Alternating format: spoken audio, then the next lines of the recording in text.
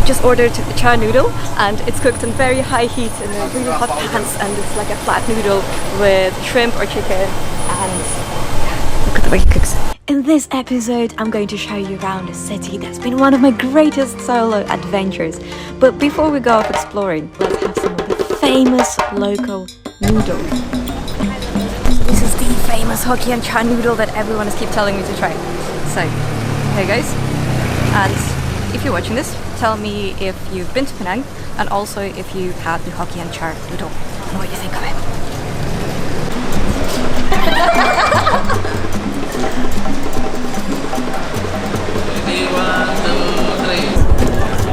We're going up to Penang Hill to zoom out from the city and look at it from above. So we're on the train at the moment and how to depart.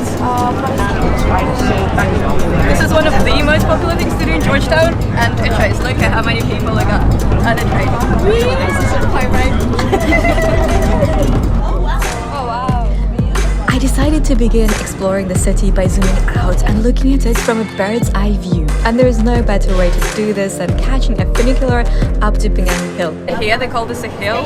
Where I come from, this is a mountain. 10 minutes later, we were on top of the world. The sea is crazy. Let me show you. Penang has a rich history, and the city is vibrant and busy at every corner. I always find it overwhelming on the first few days in a new place because of so many new codes and unfamiliar flavors. What you're seeing here behind me is actually really pretty special. Put on a global map by the British East India Company. This used to be an outpost for trading tin, spices and agricultural goods. Now it's a very popular tourist hotspot. It's also called the Silicon Valley of the East, one of the biggest cities in Malaysia, and also a UNESCO heritage site. So I'm very excited to explore it. Now we've zoomed out from the city. Later on we're going to zoom back in again. Look at the size of that leaf. I could probably wrap up in that like a peanut. Huge! See, in Indonesia not that big, no? In Suriname you have really big ones. Look, these ants have really fat butts. We continued making our way through the garden and the pathways until finally I found my perfect piece of real estate. Little village for little people. Oh my god, I found Snow White. Everybody, I found my house. It's exactly the right size. We're walking up to see one of the temples on Penang Hill, and this involves stairs. And yes, they don't look very big, but when it's a thought, yes, it's accurate. Our journey continued upwards. Of course, it's a hill. The top of the hill houses a gorgeous Hindu temple and a mosque. And what keeps fascinating me about Malaysia is how much difference it could hold in one place, and that people from all cultures and backgrounds live as neighbors and share food and prayers. Finally, it was time to head back down in search of food. However, we witnessed something magical. Look at the eye! They're over there. He's the star of the show.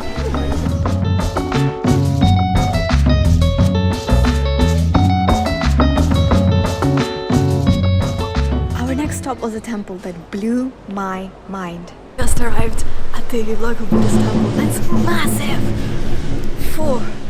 Kek Lok Si is said to be one of the largest and most beautiful in Malaysia. It stands like a crown on the hill overlooking and guarding the city beneath. Hey, I gotta show you this.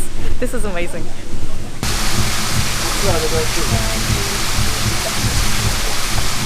And I have a story for you. I was reading about another Buddhist temple. Basically, monks used to place turtles in the front temples as a well-wishing of longevity to the visitors. Let's call this one Gerald, this one could be Robin, this one could be Joshi. And this one remaining with the Western name. Give me an Indonesian name. Indonesian name. Bayu, Agus, Bayu, Joko. This one could be Bayu, this one could be August. Yeah. And as per tradition, in this wonderfully diverse place, it houses 3 denominations of Buddhism, and it shows with carvings and temple structures that borrow from China, Thailand and Myanmar. This is of course all amazing and incredible, but look at the local celebrity. There he is. So poised. So happy.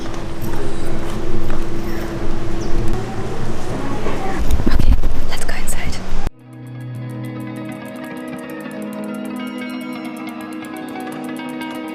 If you look closely, you will see that there is a lotus theme repeated through the temple, and they symbolize symbolise purity, my friend has told me, because lotuses grow from mud and they're still growing and they're still pure and beautiful.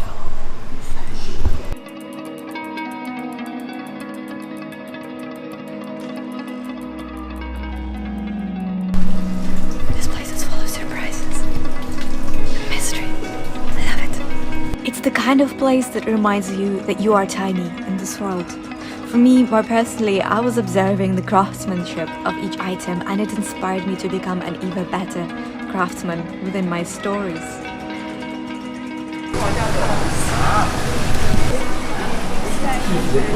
We've arrived on yet another layer of this multi-layered temple. And this is crazy!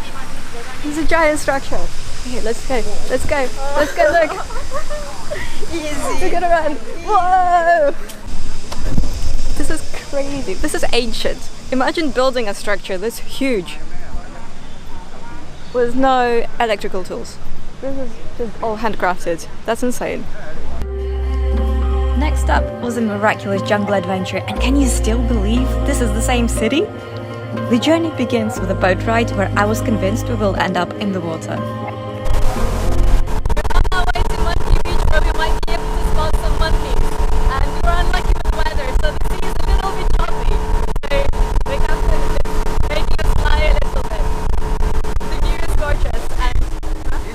Our boat was picked up and thrown by the waves, but our captain was laughing, so all good.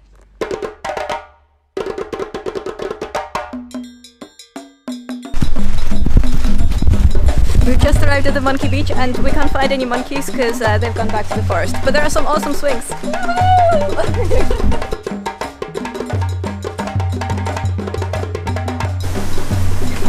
Thank you very much. Good day, Captain.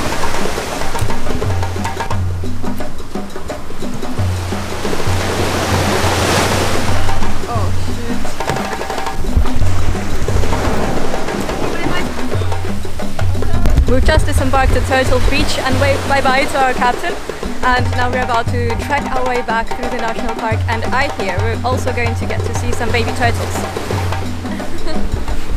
However, there is absolutely zero reception here, and there is also gossip of a wild black cat in the forest, so let's hope it's vegetarian and doesn't like tourists. Actually,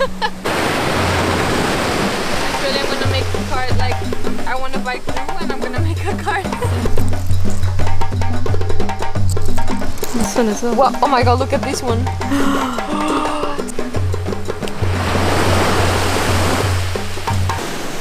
We're just walking towards the canopy walk to start making our way back into the entrance to the national park. It should take us about an hour and a half. So, let's go.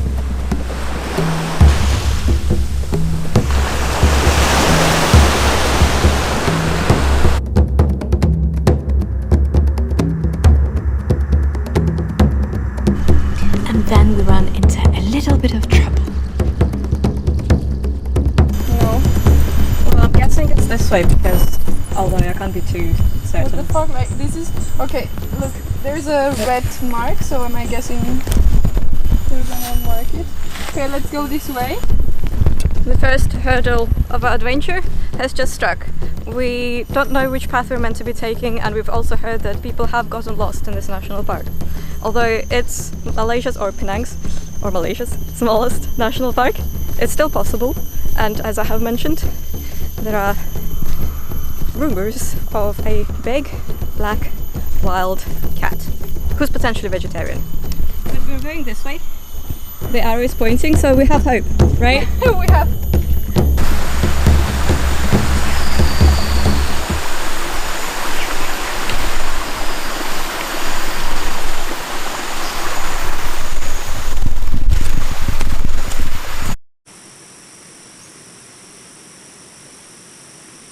We walked down the winding and steep forest paths, and I felt how my mind and body began letting go of all they were hanging onto and plunging into the forest choir instead. Hello. We're possibly 20 minutes into the walk, and it's quite a long walk uphill, but makes it a lot harder because of the humidity. And we're still not quite 100% sure if we're going the right way, but we are still on the path, which is the main thing.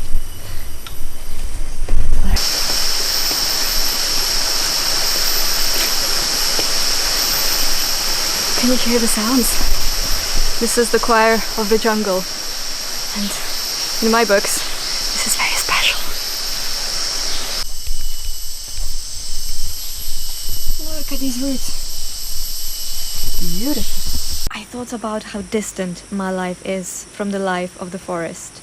That being here is a novelty, but every time I visit a forest, it takes my breath away with richness and beauty.